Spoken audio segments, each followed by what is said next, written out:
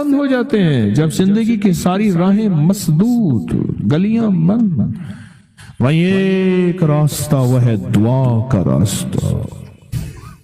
ہمارے ایک جاننے والے ہیں، وہ کہتے ہیں میں نے تسبیح خانے کا نام رکھا ہے آخری کوشش۔ بس جہاں بندہ بے بس ہو جاتا ہے اور آخری کوشش وہ ہے، اس کا نام ہے تسبیح خانہ۔ بس کہا پڑھائی میں نے پڑھی، اگر رزلٹ نہیں مل رہا عمل کا، میری بات کو غور سے سنیے گا، رزلٹ نہیں مل رہا، مایوس نہ ہوئیے گا۔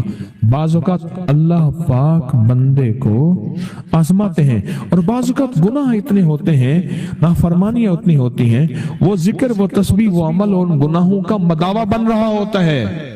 اللہ پاک جل شانہ کیا کرتے ہیں، جب وہ مداوع بن جاتا ہے، ادھر دنیا کی راہیں اللہ کھولنا شروع کر دیتے ہیں۔ لہٰذا کبھی بھی کوئی عمل کر کے مایوس نہ ہونا، چھوڑنا نہیں ہے، اور اگر نہیں ملا تو اس میں اپنا قصور شامل کرنا اور کہنا میری کمی ہے مانگنے میں، اللہ کے دینے میں کمی نہیں ہے، نہیں ہے، انشاءاللہ نہیں ہے۔ اس ویڈیو کو لائک اور شیئر کریں، اب کری یوٹیوب چینل کو ضرور سبسکرائب کریں اور بیل آئیکن پر بھی کلک کرنا نہ بھولیں تاکہ چینل پر آنے والی ہر ویڈیو آپ کو فوراً مل سکے۔ میرے پاس ایک صاحب ملے، مجھے کہنے لگے میں آپ کو سونا بنانا سکھاؤں؟ سکھا دو۔ میں نے کہا پھر ایک سونا میں بھی دوں گا آپ کو، آپ اپنا سونا بنائیں، دکھائیں، میں اپنا سونا دکھاؤں۔ وہ جیل کا سپریڈنٹ تھا، ریٹائرڈ۔ کہنے لگا ایک قیدی میرے پاس آیا، اس کے پاس یہ ٹوٹکا تھا، پارا لیا، ہڑتال ورکیا کا کشتا ڈالا اس نے، انگلی میں ایسے کیا، ایسے کیا، پارا جو ہے وہ سخت ہو گیا اور سونا بن گیا۔ کہنے لگے بس اس کو آگ نہ دکھانا، پارے کو آگ دکھائیں تو 1 منٹ میں ہوا بن جاتی۔ پارے کو ہماری طب کی زبان میں کبوتر بھی کہتے ہیں، کبوتر 1 منٹ میں اڑ جاتا ہے۔ اس کو آگ نہ دکھانا، بظاہر یہ سونا ہے۔ مجھے اس نے وہ گولی دے دی، میں نے کہا یہ میرے کام کی نہیں، اپنے پاس رکھ۔ کہنے لگے ٹھیک ہے، میرا سونا تو کام کا نہیں، آپ کا سونا کیا ہے؟ میں نے کہا ہاں میں بتاتا۔ میں نے کہا جس وقت نماز فجر کے وقت، آپ کو ہی بتا رہا ہوں سونا، جس وقت اذان فجر ہو، اذان، اور مؤذن جب کہے نا الصلاۃ خیر من النوم، الصلاۃ من النوم، اور کوئی شخص اس وقت اگر ایک عمل کر لے، یہ ہے چند لمحوں کا، اور مؤذن کوئی سر والا، کوئی سادہ، زیادہ سے زیادہ آدھا منٹ اور 1 منٹ کا عمل ہے۔ اصل میں مطلوب وہ کھڑی ہے، وہ ساتھ ہے، وہ برکت والی، قبولیت والی، محبوبیت والی، عطاؤں والی ساتھ ہے۔ قدرتی یاد آیا تو عمل بھی یاد آ گیا۔ شاید میں نے آج تک پہلے کبھی یہ نہیں بتایا، ذہن میں نہیں آیا، چھوٹا سا مختصر سا عمل ہے۔ فرمایا کہ اس مختصر سے عمل میں صرف اور صرف 11 بار پڑھ لے یا وہاب، یا وہاب، صرف 11 بار، اور 11 دفعہ ہی پڑھ سکتے ہیں، اس سے زیادہ شاید پڑھ لیں، 11 دفعہ ہی پڑھ لیں، اگر گڑ گڑا کے پڑھیں تو 11 دفعہ ہی کافی ہوتا ہے۔ اس کے بعد مؤذن اذان کے اگلے بول کہتا ہے۔ بس شرط یہ ہے کہ فجر اور فجر کا الصلاۃ خیر من النوم۔ ایک جگہ میں نے یہ بیان کیا، ایک بندہ بیٹھا تھا، کہہ رہا میں مؤذن ہوں، اذان دیتا ہوں، میں کیا کیسے کروں گا؟ اذان کے دوران تو میں نہیں کر سکتا۔ میں نے کہا آپ کے لیے رخصت اور رعایت یہ ہے، یہ اس لیے بیان کر رہا ہوں کہ کوئی مؤذن اگر بیٹھے ہیں اذان دینے والے، یا لائیو پوری دنیا میں یہ میری بات پورے ورلڈ میں سنی جا رہی ہے، وہاں کوئی اذان دینے والے، تو میں نے ان سے عرض کیا آپ کے لیے قضا ہے، سب کے لیے قضا نہیں۔ آپ کے لیے قضا ہے کہ اذان کے بعد الصلاۃ خیر من النوم کہہ کے پھر 11 دفعہ یہ پڑھ لیں، آپ کا عمل ہوگا پورا، اور انشاءاللہ تعالی آپ کو اس کا اجر بھی ملے گا، ثواب بھی ملے گا، اور سونا بھی ملے گا۔ اب اس میں 2 سونے ہیں۔ ظاہر فجر کی اذان سننے کے لیے سونا، سمجھ نہیں آئی؟ بھائی فجر کی اذان وہ سنے گا جو سو نہیں رہا ہوگا۔ سو نہ، ایک تو سونا یہ ہو گیا، اور ایک یا وہاب جو ہے، اے عطا کرنے والے، اے دن دینے والے، ایک اس کی اپنی طاقت اور تاثیر ہے صرف 11 بار میں نے یہ عمل کیا، اور اگر اس عمل کی طاقت اور تاثیر کو سے آتشاہ 2 آتشاہ اور 100 گنا کرنا چاہتے ہیں، صرف 11 دفعہ سانس روک کے پڑھ لیں۔ کون سا مشکل؟ پڑھیں بیٹھ کے سانس روک، کتنے سیکنڈ لگے؟ کوئی دم گھٹا؟ اگر سانس روک کے، اور اگر اس کی طاقت اور تاثیر کو 100 گنا تو کر لیا، 1000 گنا کرنا چاہتے ہیں، یہ بات میری توجہ سے شیخ اور ارائیں ضرور سنیں، اور قدرت کا نظام میرے ارد گرد شیخ اور ارائیں ہیں، اللہ کا نظام دیکھیں۔ اور شیخ بھی کھتری، ہمارے تجمل شمسی صاحب رحمت اللہ علیہ کہتے تھے ہم کھتری شیخ ہیں، کھتریوں میں مسلمان ہوئے ہیں۔ اللہ ہوا تو اگر کوئی 1000 گنا اس کی تاثیر چاہتا ہے، صرف 11 بار کیا پڑھنا ہے؟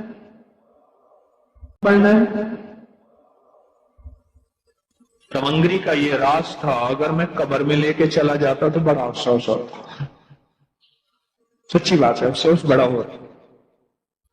میں نے نیت کی ہے، دعویٰ نہیں، کہ اللہ میرے قبر میں میرے ساتھ جو مجھے موتی ملے ہیں کہیں کہیں سے، جہاں جہاں سے، انسانوں سے یا اس کے علاوہ کسی اور مخلوق سے، یا کتابوں سے، یا بزرگوں سے، یا صلحاء سے، یا اکابر سے، یا اللہ جو موتی مجھے ملے ہیں، یا اللہ میری کفن میں، میرے قبر میں میرے ساتھ نہ جائے۔ مخلوق کی امانت مخلوق کو دے کے جاؤں، اللہ یہ کر دے، دعویٰ تو نہیں کر سکتا، وعدہ بھی نہیں کر سکتا۔ الصلاۃ خیر من النوم۔ ایک جگہ اسٹیشن پہ اترا، بڑی پرانی بات ہے، اسٹیشن کا کھانا لے رہا تھا بڑی احتیاط سے، پتہ نہیں کیسا ہوگا، کس طرح ہوگا۔ رات کا وقت تھا، کوئی غالباً رات کو 2-2:30 بجے ہوں گے اندازہ، فجر سے پہلے کا وقت، اور پرانی بات ہے، میں سفر کر رہا تھا۔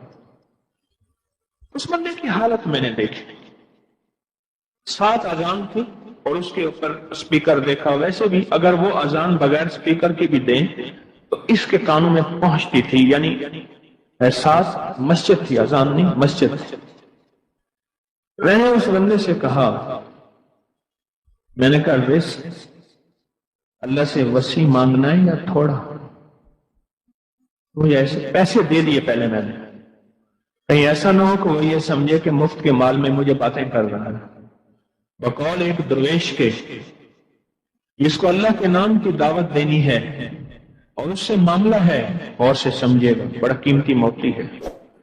جس کو اللہ کے نام کی دعوت دینی ہے اور اس سے کوئی معاملہ ہے، پہلے اس سے معاملہ چکا کے اس کو اس کی قیمت، اس کا بھاڑا، اس کے پیسے دے دینا، پھر بات کرنا، پھر وہ تمہاری بات لے گا بھی صحیح اور قیمت بھی لے گا اور قدردانی بھی کرے گا، ورنہ شک میں پڑ جائے گا کہ شاید اس نے جو مجھ سے 2-4 آنے کے پکوڑے اور جو وہ نان لیے ہیں یا کچھ لیے ہیں، شاید یہ فری میں لینا چاہتا ہے، مفت میں لینا چاہتا ہے، بات کی قدر نہیں ہوگی اور بات کو عزت اور عظمت نہیں دے گا، عزت اور عظمت نہیں دے گا بات کو۔ میں نے کہا خوشحالی چاہتے ہو یا ساری زندگی پکوڑے ہی بیچنا چاہتے ہو؟ پتہ نہیں میں نے کوئی ادا سے بات کی، وہ ایک دم ہل گیا، کہنا کیا مطلب؟ میں نے کہا یہی مطلب، یہی رہنا ہے، ساری عمر ایسی پکوڑی بیچنے ہیں، یا خوشحالی چاہتے ہو؟ کہہ رہے کون نہیں چاہتا؟ تو میں نے کہا ایک لفظ دیتا ہوں، یا وہاب، پڑھو۔ میں نے اس سے کہا تھا، یہ میں نے اس سے کہا تھا، چلو آپ نے بھی پڑھ لیا، ثواب مجھے مل گیا۔ میں کراچی میں جاتا ہوں کبھی کبھار، وہاں ایک صاحب ہیں، محبت سے بلاتے ہیں، بہت زیادہ بلانے والے ہیں، ان کے ہاں چلا جاتا ہوں۔ میں نے دیکھا تو ان کا بھائی جو ہے ایسے چل رہا تھا تو ہاتھ میں تسبیح تھی، بات تھوڑی کرتا تھا، تسبیح زیادہ پڑھتا تھا۔ اس کا دبئی میں بہت بڑا کاروبار، جسے کہنا چاہیے بہت بڑا کاروبار دبئی میں۔ کہنے لگا گاڑی میں جا رہا تھا، کچھ لوگ آئے، گاڑی کا دروازہ کھولا، بیٹھے، مجھے لے گئے۔ پھر میرے گھر والوں کو مہینوں پتہ نہ چلا، اور اس کے بعد بڑی اذیتوں کے بعد میں چھوٹا۔ اب وہاں بیٹھ کے پھر اللہ ہی تھا تنہائی میں، اور تو کوئی تھا ہی نہیں۔ کہا کہ وہ اللہ سے ذکر کرنے اور باتیں کرنے کی ایسی کوئی مجھے عادت سی پڑ گئی ہے، اب لوگ مجھے کہتے ہیں کہ آپ جیل کی اذیتوں کی وجہ سے خاموش ہو گئے ہیں۔ میں لوگوں کو لاکھ کہتا ہوں، نہیں، وہ مانتے نہیں۔ جیسے نا بندہ کوئی غم کی وجہ سے بعض اوقات اپنا چپ ہو جاتا ہے، وہ کیوں کہتے ہیں؟ اسے چپ لگ گئی ہے، خاموش ہو گیا ہے۔ کہا میں لوگوں کو کہتا ہوں نہیں، میں جیل کی وجہ سے خاموش نہیں ہوں۔ اس قید نے، اس جیل نے میرے اوپر جو آزمائش بھیجی ہے، اس قید نے اور جیل نے میرے اوپر جو آزمائش بھیجی ہے، اور میں پھر وہاں ذکر کا عادی بنا، دعاؤں کا عادی بنا، تسبیح کا عادی بنا، اعمال کا عادی بنا، اور وہ عادت سی پڑ گئی ہے، اور وہ عادت سی ایسی پڑی ہے کہ بس سارا دن اب اسی میں لگا رہتا ہوں، سارا دن اب اسی ذکر میں اور اسی یاد میں لگا رہتا ہوں۔ کہیں ایسا نہ ہو ہم بھی اگر ذکر سے غافل ہوئے، تسبیح سے غافل ہوئے، خدا نہ خاصہ ایسی آزمائش آ جائے اور پھر ہم ذکر اور تسبیح اور اعمال کے عادی بن جائیں، اللہ سے عافیت مانگیں۔ اور اگر ہماری زبانوں پہ تسبیح ذکر آ گیا ہے عافیت کے دنوں میں، تو سمجھ لیں یہ اس کی عطا ہے، یہ اس کی نعمت ہے، یہ اس کی کریمی ہے، یہ اس کا فضل ہے۔ اس نے بہت بڑی آزمائش سے پہلے ہمارے اوپر اتنا کرم کر دیا، اس کا بہت بڑا کرم ہے۔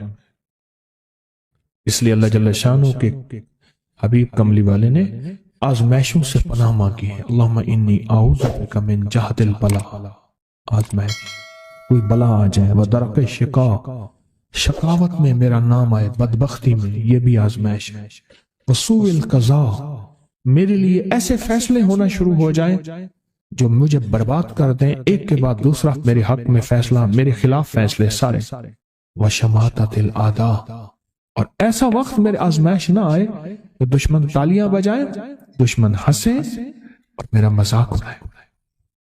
اس لیے میرے آقا نے، میرے حضور نے آزمائشوں سے پناہ مانگی ہے، عافیت مانگی ہے۔ اللہم انی اعوذ بک من زوال نعمتک، اللہ نعمت دی پھر اس کا زوال آ گیا، وتحول عافیت، عافیت دی تو تم نے چھین لی۔ اللہم انی اعوذ بک من زوال نعمتک وتحول عافیتک وفجاءت نقمتک وجمیع سخطک، اے اللہ کو میرے اوپر ایسے حملے ہوں اور سختیاں میرے اوپر شروع ہوں، مولا میں اس سے پناہ مانگتا ہوں۔ میں مانگتا کیا ہوں؟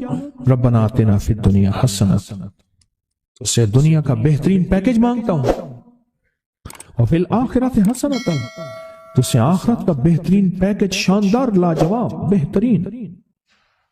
ہاں، آزمائشیں، مصیبتیں، تکلیفیں، حوادث، حادثات، ناکامیاں، بیماریاں، پریشانیاں میں نہیں مانگتا مولا۔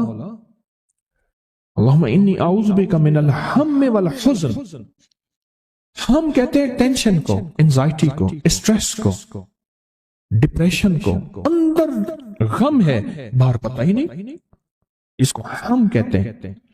اور حزن کہتے ہیں جس پہ ہائے ہائے ہو۔ اے اللہ میں تجھ سے اندر کا دکھ جو مجھے دیمک کی طرح کھائے، اور باہر کا دکھ جو مجھے تڑپائے، اندر کا دکھ کھائے اور باہر کا دکھ تڑپائے، اے اللہ میں اس سے پناہ مانگتا ہوں۔ ہم والحزن عجز والکسل، ایسا کہ میں عاجز ہو جاؤں یا میرے پر سستی غالب ہو جائے۔ کتنے لوگ ایسے ہیں ان کے اوپر سستی غالب ہے، بہت بڑی مصیبت ہے زندگی کی۔ میری آقا کملی والے نے اس سے پناہ مانگی، اللہ کے حبیب میرے آقا نے آزمائشوں سے پناہ مانگی۔ اللہم انی اعوذ بک من الفقر والکفر، اے میرا مولا مجھے کفر سے اور فقر سے بچا۔ فقر ایسا، غربت ایسی آئے کہ میرے ذہن میں ہر وقت لوگوں کی جیب پہ نظر، ہر وقت لوگوں کی جیبوں پہ نظر ہو۔ یہ دو وقت میں ہوتا ہے، ذہن نشین رکھیے گا۔ اس فقیر کا تجربہ ہے، ایک جب طمع بڑھ جاتا ہے، لالچ بڑھ جاتی ہے، اس وقت لوگوں کی جیبوں پہ نظر ہوتی ہے۔ جب فقر بڑھ جاتا ہے، غربت اور تنگ دستی اور فقیری بڑھ جاتی ہے، پھر لوگوں کی جیبوں پہ نظر اس کی ہوتی ہے اور اللہ کے خزانوں پہ نظر نہیں ہوتی یا کم ہوتی۔ اے میرا مولا مجھے فقر سے بچا اور کفر سے بچا، کہ ایسا وقت نہ آئے میں اپنا دین بیچ بیٹھوں، اپنا ایمان بیچ بیٹھوں۔ ہمارے ایک مخلص تھے عبد الوحید سلیمانی صاحب رحمۃ اللہ علیہ، کہنے لگے انارکلی میں میرا ایک دوست تھا، تو میں اس دوست کے ساتھ زندگی گزری، پنجاب یونیورسٹی میں اکٹھے پڑھتے تھے۔ تو پھر پتا چلا کہ وہ بہت مالدار ہو گیا، اسلام آباد کے ایک بہت بڑے سیکٹر میں گیا تو اس کا گھر دیکھا، گاڑیاں، بڑا گھر، اور یہاں اس کے پاس ایک پرانی سی پتلون ہوتی تھی اور غربت ہوتی تھی، اور انارکلی کے کسی اوپر چبارے کے کسی کمرہ لیا ہوا تھا۔ تو میں نے اس کا نام لے کے پوچھا یہ کیا؟ اس نے ایسے سینے پہ ہاتھ رکھ کے کہا بس یہی بیچا ہے، اب باقی سب ٹھیک ہے، سینے پہ ایمان بیچا ہے، سب کچھ مل گیا۔ اللہ میرے پر وہ وقت نہ لا جب میرے اوپر فقر غالب آ جائے یا کفر آ جائے۔ میری آقا کملی والے نے آزمائشوں سے پناہ مانگی، اور آپ حضرات کتنے خوش قسمت ہیں، اس کی شان کریمی اللہ نے آزمائشوں سے بچائے، اور انشاءاللہ ان نام کی برکتوں سے، ان دعاؤں کی برکتوں سے، ان تسبیحوں کی برکتوں سے، اس اللہ کے نام لینے کی برکت سے انشاءاللہ اللہ اور آزمائشوں سے بچائے گا۔ اللہ نے بغیر آزمائشوں کے ہمیں اپنا نام دے دیا، اپنے نام کی تسبیح دے دی، اپنا ذکر دے دیا، اپنی یادیں دے دی۔ کسی جگہ منہ سے اللہ نکل جاتا ہے، کہیں رحمان نکل جاتا ہے، کہیں بسم اللہ نکل جاتا ہے۔ ابو عبداللہ مغربی فرماتے ہیں میں نے رسول اللہ صلی اللہ علیہ وسلم کو خواب میں دیکھا، عرض کیا مجھے اللہ سے ایک حاجت ہے، کس وسیلے سے دعا مانگوں؟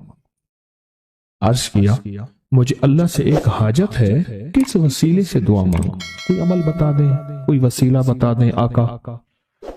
میں نے حضور سے خواب میں سوال کیا، آپ نے ارشاد فرمایا جس کو بھی اللہ سے کوئی حاجت ہو اسے چاہیے وہ سجدے کرے، یعنی 2 رکعت ادا کرے، اور سجدے کی ہر رکعت میں 40 مرتبہ آیت کریمہ پڑھے، جو میں عمل میں بتایا کرتا ہوں، لا الہ الا انت سبحانک انی کنت من الظالمین۔ جب بھی کوئی مشکل ہو، الجھن ہو، پریشانی ہو، کوئی تکلیف ہو، کوئی مسئلہ ہو، تو میرے حضور نے فرمایا کہ تو ایسا کر، تو ایسا کر، تو کیا کر، تو نفل پڑھ، ہر رکعت میں سبحان ربی الاعلیٰ کے بعد 40 مرتبہ آیت کریمہ پڑھ، اور پڑھ ایسے ڈوب ڈوب کے، مانگ مانگ کے، گڑ گڑا کے، بھکاری محتاج سائل اور منگتا بن کے پڑھ۔ اور حدیث میں آیا کہ کوئی مصیبت زدہ اس کو نہیں پڑھتا جس کی مصیبت دور نہیں ہوتی۔ آیت کریمہ کو فرمایا کوئی مصیبت زدہ اگر پڑھ لے اس کی مصیبت دور ہوتی ہے۔ اور ایک اور حدیث میں ہے کہ کبھی ایسا نہیں ہوا کہ کسی مسلمان آدمی نے کسی چیز کے لیے اسے پڑھا ہو اور اس کی دعا قبول نہ ہوئی ہو، اور اس کو ترمذی اور نسائی نے روایت کیا ہے۔ میرے آقا فرماتے ہیں کہ میں جب شب معراج میں میرا ایک شخص پر گزر ہوا جو نور عرش میں چھپا ہوا تھا، اور ان کے پاس ایک وظیفہ تھا دعاؤں کا، طاقتور ترین وظیفہ، عجب آیت ہے، حفاظت کے لیے، کفایت کے لیے، برکت کے لیے۔ یہ میں آج حضرت عثمان غنی رضی اللہ تعالیٰ عنہ کی شہادت کے حوالے سے آپ کو یہ موتی دے رہا ہوں، اور صرف اس آیت کے لیے آج میں نے آپ کو رجین سنگھ کی کوئی کہانی بھی سنائی ہے۔ ان کا دوسرا موتی جو تھا وہ سخاوت تھی۔ عثمان رضی اللہ تعالیٰ عنہ کے مال کو تو ہر کوئی جانتا ہے، پر یہ مال سے مال کیسے بنا، 1 سے 2 کیسے بنے، 2 سے 6 کیسے بنے، 6 سے 60، 60 سے 600، ہزاروں لاکھوں میں کیسے گیا، اس کی بنیاد کوئی نہیں دیکھتا۔ 2 چیزوں کا تعلق مال سے نہیں ہے، لکھ لیں میری بات کو، ایک سخاوت کا اور ایک گھر والوں پہ خرچ دینے کا۔ بے شمار مالدار ہیں جو نہ اپنی ذات پہ خرچ کر سکتے ہیں، نہ بیوی بچوں پہ خرچ کر سکتے ہیں، ان کی قسمت کا مال ہے ہی نہیں۔ میں آج آپ کو وہ وظیفہ بھی بتانے لگا ہوں کہ آپ کے اندر 2 صفات پیدا ہوں گی۔ میں حضرت عثمان غنی کے موتی بتا رہا ہوں، آپ کے اندر 2 صفات پیدا ہوں گی انشاءاللہ، نہیں 3، غور سے سنیے گا، 3 صفات پیدا ہوں گی اس وظیفے سے۔ ایک تو وظیفہ ہے عثمان غنی کی نسبت سے میں نے فقیر عزیز الدین کا بتایا، ایک وظیفہ اب بتاؤں گا جس سے 3 صفات، پہلی صفت سخاوت کی، دوسری صفت حیا کی، اور تیسری صفت کیا ہوگی جس کی وجہ سے عثمان غنی کو رب نے مالدار کیا۔ آپ بھی ایسے ہو جائیں گے۔ تو پہلے ہم یہ تسبیح پڑھ لیتے ہیں، اس تسبیح کو ہم لے لیتے ہیں، اول آخر 3 دفعہ درود شریف پڑھیں، اور میں ساتھ پڑھتا جاتا ہوں، آپ میرے ساتھ پڑھتے جائیں، یاد بھی ہو جائے گا اور ساتھ تازگی بھی ہو جائے گی، اور مجمع میں جتنے لوگ ہیں پتہ نہیں اللہ کے قرب میں کون ہے۔ اور ہاں، اگر آپ ایک اور مزیدار بات یاد آئی، اگر آپ نے مسائل، مشکلیں، پریشانیاں وہ شیر سنگ کی طرح ہو، وہ لیلا گھوڑی والا مسئلہ ہو، یا کوئی دولت عزت برکت والا ہو، یا کوئی نور ہیرا ہو، یا کوئی زندگی کی الجھن جادو جنات ہو، یا کسی کا خوف ہو، یا کوئی مقدمہ ہو، یا گھر میں برکت چاہتے ہیں، یا کسی الجھن مشکل اور قید سے خلاصی چاہتے ہیں، یا بچوں کی شادیاں اور نظام کو بہتر بنانا چاہتے ہیں، تو پھر بسم اللہ کر کے ہم یہ نظام بناتے ہیں، اول آخر 3 دفعہ درود شریف، اور اس آیت کو ڈوب کے گڑ گڑا کے اپنے مقاصد، اپنے مسائل، اپنی مشکلیں، اپنی پریشانیاں، اپنی الجھنیں، پورے عالم کا نظام، پوری امت کا نظام، اور ہاں خاص طور پہ میری نسلوں کا، تسبیح خانے کا اور میرے دواخانے کا، جس کی وجہ سے اللہ لنگر چلا رہا ہے، اس کا نظام کا حصہ ضرور ڈالیں۔ عرش سے اترنے والی ہر چیز کا ایک نور ہوتا ہے، شرط یہ ہے کہ وہ اصلی ہو، اس پہ مہر نبوت لگی ہوئی ہو اور مدینے کی مہر ہو۔ ہر چیز میں نور ہوتا ہے، ایک روشنی ہوتی ہے، ایک خیر اور برکت ہوتی ہے۔ ہر وہ چیز جو عرش سے نکلتی ہے اس میں ایک نور ہے، اس میں ایک خیر ہے، اس میں ایک برکت ہے، اور اس میں ایک عافیت ہے، اور زندگی کے مسائل، مشکلات، الجھنوں، ناکامیوں، پریشانیوں کا حل ہے۔ ہر چیز میں جو عرش سے نازل ہوتی ہے۔ قرآن عرشی تحفہ ہے، اور مدینے والے کا فرمان عرشی تحفہ ہے۔ میرے حضور کو جو وحی آتی تھی وہ اللہ کے امر سے آتی تھی اور سچ ہے، اور وہ سارا عرشی نظام ہے۔ اس ہر چیز میں نور ہے، اور برکت ہے اور رحمت ہے۔ واقعات موجود ہیں، کئی لوگوں نے موت کے بعد اپنی نسلوں کو کہا کہ خیال کرنا، پریشان نہ ہونا، کبھی فقر، فاقہ، غربت، تنگ دستی، قرضے نہیں آئیں گے، میں نے ساری عمریں یہ دعائیں، یہ اعمال کیے تھے، اور ان دعاؤں اعمال میں اللہ اور اس کے حبیب کے وعدے ہیں۔ اللہ سچا اور اس کا حبیب سچا،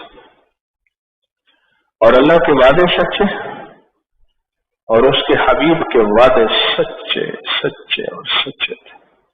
ایک صحابی کا وصال ہوا، کہا پریشان نہ ہونا، جب بھی کوئی مشکل ہو سورت واقعہ پڑھتے رہنا، کبھی فاقہ نہیں آئے گا گھر میں۔ میں نے تو لوگوں کی زندگیاں دن رات، صبح شام، اٹھنا بیٹھنا بدلتے دیکھا ہے، اور ایسا بدلا کہ، اور اس کی وجہ میں نہیں ہوں، یہ عرشی نظام ہے جس کا نفع میں بھی اٹھا رہا ہوں، جس کا فائدہ میں بھی لے رہا ہوں، اور جس کی برکت سے میرے بچے اور میں روٹی کھا رہے ہیں، یہ عرشی نظام ہے۔